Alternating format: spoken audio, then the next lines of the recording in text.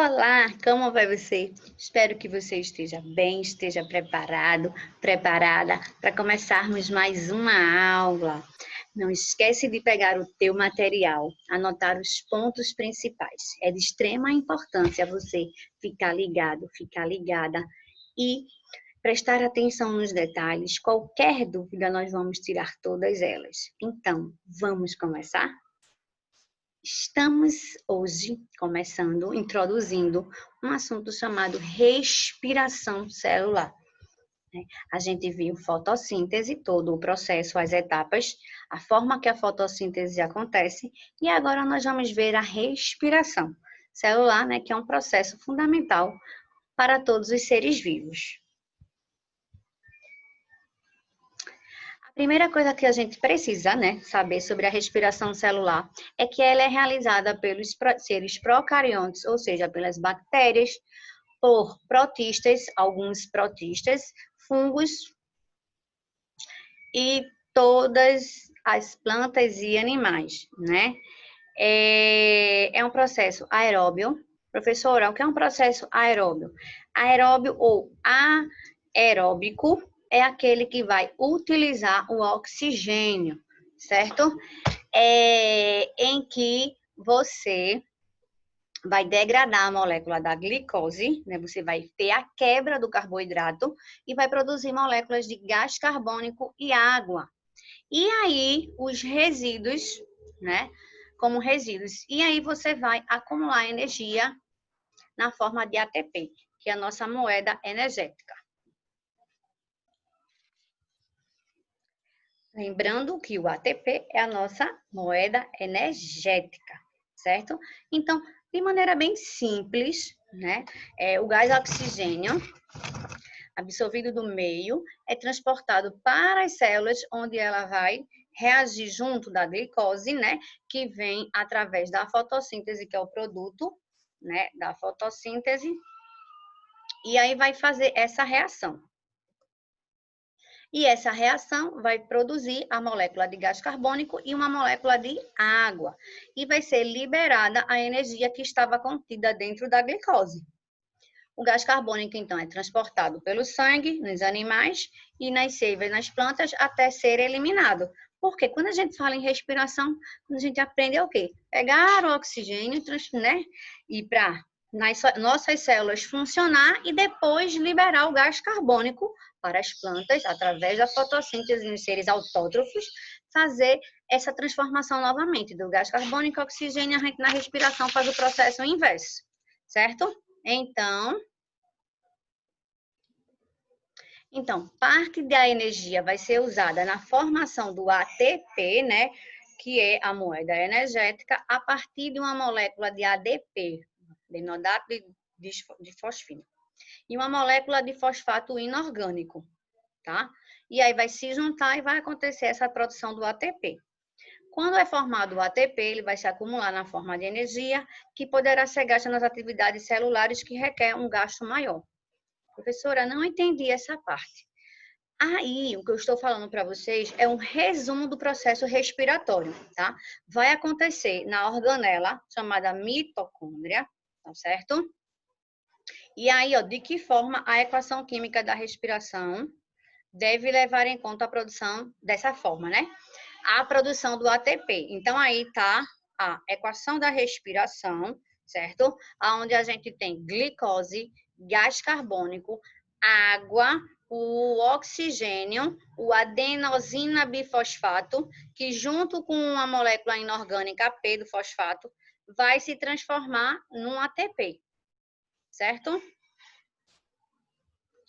É claro que esta é uma simplificação do processo. A gente vai ver cada etapa detalhada, é uma introdução.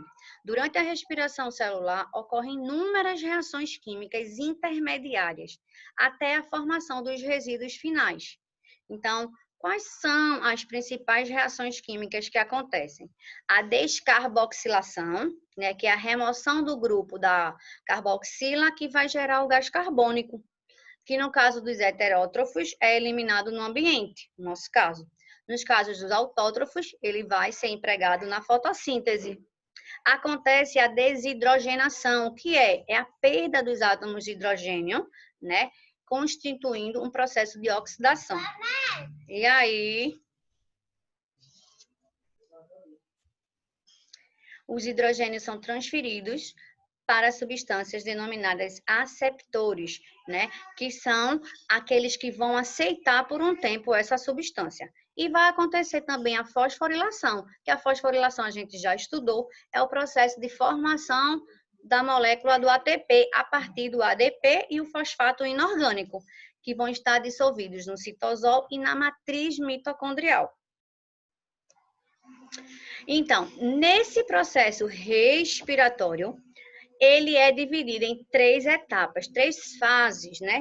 Que é a glicólise, o ciclo de Krebs e a cadeia respiratória. Nos procariontes, a glicólise e o ciclo de Krebs ocorrem no citoplasma e a cadeia respiratória ocorre na face da membrana plasmática voltada para o citoplasma.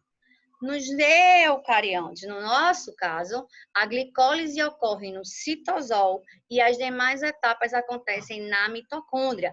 E a gente sabe que a função da mitocôndria é a respiração celular. É esse processo aí.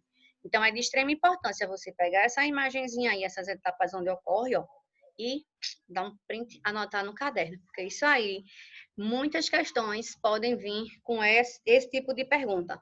Aonde acontece cada uma dessas etapas. Certo? Então, aí tá essas 3 etapas, né, que a gente vai estudar. O que é importante a gente perceber nesse assunto, nessa introdução de respiração celular, que é quando os seres vão obter energia para realizar suas atividades, né, e fazer também o transporte ativo. E aí é importante porque cada ser, né, cada célula vai ter o seu trabalho.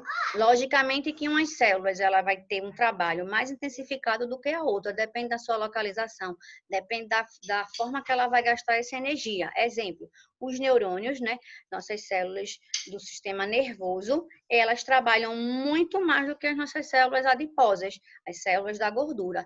Então, aí, o gasto do processo respiratório dos neurônios vai ser bem maior do que das células adiposas. Então, cada célula vai ter esse gasto energético, né? Vai ter esse processo respiratório. Outra coisa também que as pessoas acham que planta, porque faz a fotossíntese, não respira. Planta é ser viva, a gente já falou sobre isso. Ela precisa também respirar.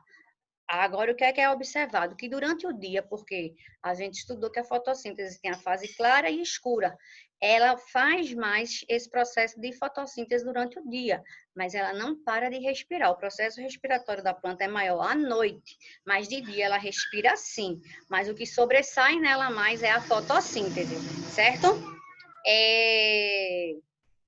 Se não tiver respiração pelas células, se as células não fizerem respiração, independente do local que ela esteja no nosso corpo, elas podem se desorganizar e vir a morrer, se desintegrar do corpo.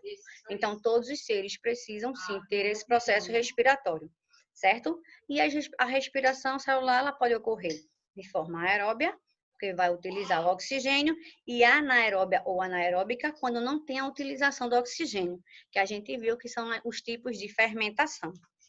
Ok?